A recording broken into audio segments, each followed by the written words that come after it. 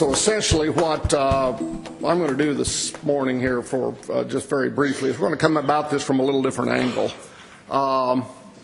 My title was Barriers to Growth, and I'm going to offer to you that maybe one of those barriers might be us.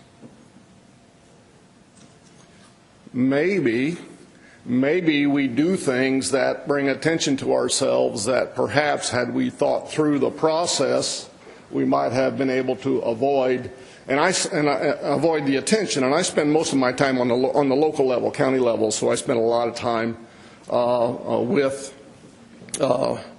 local decision makers and producers on the local level. In Indiana, we have a group that we call the Indiana Livestock Team, and essentially our goal with that livestock team is to work together to grow Indiana's livestock and poultry sectors in our communities. Let's don't forget that our communities is where it all happens. All right, so where we get up in the morning is kind of where the rubber meets the road. So we have to be really careful because we go to church and sit at ball games with folks that have an impact on what we do or how we can grow our businesses in our county. We kind of think that animal ag is Indiana's long-term viability. And we talk strongly about evaluating just because you can doesn't mean you should. And we'll talk a little bit more about what that means, but just because it's legal, just because you met all the zoning requirements, doesn't mean you should put the building there. So we'll talk a little bit about that. And as you all know, when a project in a community doesn't go well, what happens? And who picks up the pieces when we goof up? Or maybe don't even goof up. Maybe we do everything possible to do the right thing, and guess what we end up having a challenge anyway. So we think there's a lot to be said for being smart and doing smart growth. Common problems, very simply, as we see it, bad siting decisions from our industry, bad attitude, we call it sense of entitlement. My dad was here before they were here. Our family was here before they were here. Who are they to say what we do? Well, the world changed while you were sleeping, and they do have a role in how you're going to move forward. And then in general, we've danced all around this issue today in this last couple of days, and that's just a general lack of understanding of today's agriculture. So we think at the Indiana Livestock Team, and Andy Tower sitting back here in the back. Andy, would you stand up and raise your hand? Because you've got questions about what we hear and talk about here a little bit this morning. He's one of my fellow 5 team members that deal with. We have a collaboration, and maybe you saw the early slide. I wasn't paying attention to that as much as I should. We have basically a coalition of checkoff organizations and species organizations in Indiana that work together. So essentially to help grow our industry. So essentially what we have developed in the course of that, and quite frankly much of it has been led by corn and soybean checkoff investment dollars that have helped us develop programming and formalize some of the approaches that we have taken. So we have 4 initiatives. Before you build a livestock barn, which is that interaction with producers, helping them not do the wrong thing or minimize their exposure.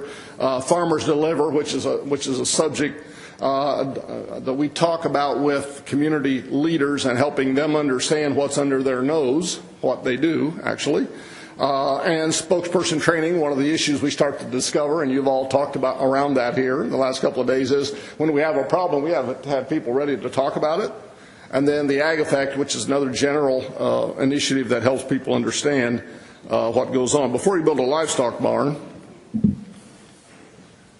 is the initiative that, and we talked a little bit about, we always say, own the message, be the source of the information. Don't let someone else, and we've talked around that here the last couple of days, don't let someone else describe your project for you. We talked a little bit about just because you can doesn't mean you should.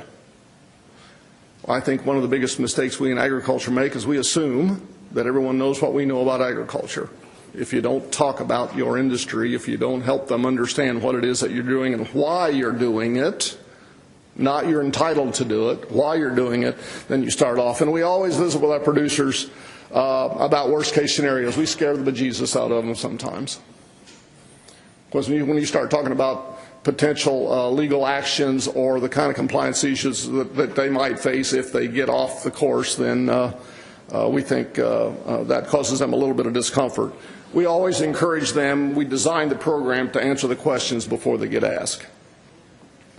So we talk with them about working with their neighbors, how to prepare for community pushback, understanding the site characteristics. You know, we know, because we've been doing this for a few years, if you're going to locate a site next to a lake association, you're likely going to run into a buzzsaw. Just, you know, think about what you're doing, and we think we can help by bringing that perspective to the discussion. Understand the environmental regulations. It's your responsibility as a producer. It is your responsibility to understand the local zoning requirements. You do have an obligation to work with media. We've heard it here before. Never say no comment, never say I don't want to talk to you, and we'll talk a little bit. And so we spend some time helping them position that discussion, and then also we provide a list of resources for them, attorneys, consultants, and so forth, to make their project successful. The other piece of this project is a thing we call Farmers Deliver, and it has four primary messages: that farmers are responsible, trusted neighbors, that we make measurable contributions to the community, that we are building a future protecting our legacy of our farms. We're not the factory that shuts down and moves to another country. We're here. And that we are building on tradition, family farms, and adapting for the future. We think target audiences are local decision makers, and we define that, and I'm just going to dwell a little bit on local decision makers. Board of Zoning Appeals in Indiana, we have 92 counties, 85 of them or so are zoned. So area plan commissions and county planning staff and county are the folks that we want to make sure help and understand what's going on. We have a program called spokesperson training. Once we discovered that we were out and being fairly effective in getting our producers to position themselves correctly, then all of a sudden they realized that maybe they didn't have all the tools they needed to talk about their projects. So we have a spokesperson training program that helps them think through how to prepare and have that discussion about their project. We farmers, and I was one, we farmers just want to raise corn, soybeans, and pigs and chickens and whatever. We don't want to be emotional and think and help people understand why we do what we do.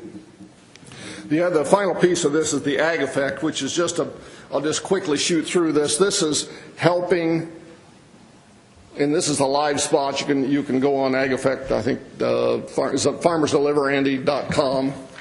You can go on site and take a look at that. So it essentially talks through who these farmers are, who the people are in the community who are impacted by livestock expansion.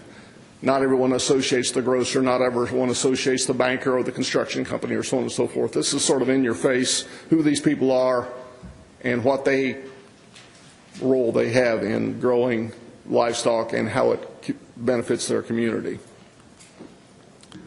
So that's a quick and dirty. I'd love to talk more about it when the time comes, but the livestock team enjoys helping farmers be successful in Indiana, and if we can help any of you think through how that process works in your community, we would love to do that.